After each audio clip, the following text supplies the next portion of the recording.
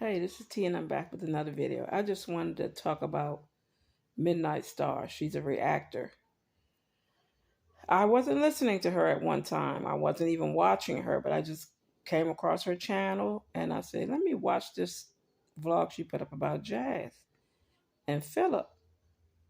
And oh my goodness, Midnight Star, all I can say is everything you said, everything you spoke was definitely right. And I've been going back watching a lot of Jazz's videos from way back when. And everything you said, you spoke nothing but the truth. Philip was no better than Jazz. Matter of fact, I look at Phil like he was the worst. He was the man. They were truly scared of their father. It it was terrible. It was terrible. It was hard for me to watch, although I've been watching Jazz for a long time. But it's just, and I'm looking at these things like, is anybody else seeing these things? At one time, I would say that to myself. And I just been watching her vlogs and how she is today. She has not changed a bit to this day. A bit. She still calls Caitlyn to do everything, to help her with this, to help her with that. And the sad part about it, when Philip left, when Philip left, Caitlyn ended up being, had to step up to be the father. She had to step up to play the father role at what, 5 years old? Taking care of twins and a toddler while Jazz was on lives talking about nothing. And people should go back and watch these vlogs. This is so sad. I'm not understanding why these kids are being failed in so many ways. They're being failed by the school system, by these doctors. What kind of doctors aren't looking at these kids and saying, what is going on with these children? What kind of teachers do they have that aren't looking at these kids and saying, why do they come to school like this? And I just don't understand it. How are these kids being failed like this? And like you said, Jazz's mom, she is no better. Jazz's brother was no better.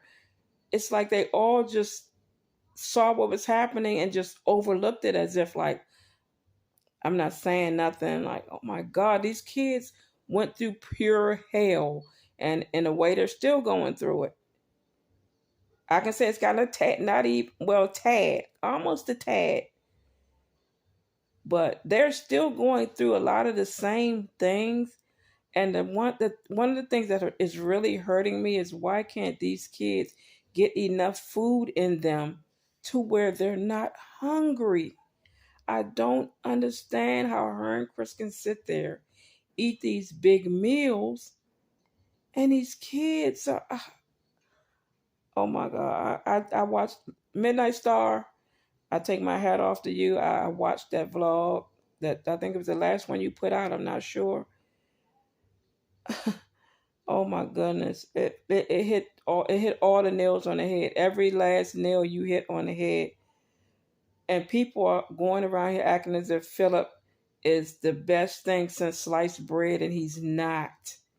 This man was the worst. I don't care what he's changed about, how he's changed himself now. And I can just say, okay, it's good. You've changed now for the better for your children. That's a good thing.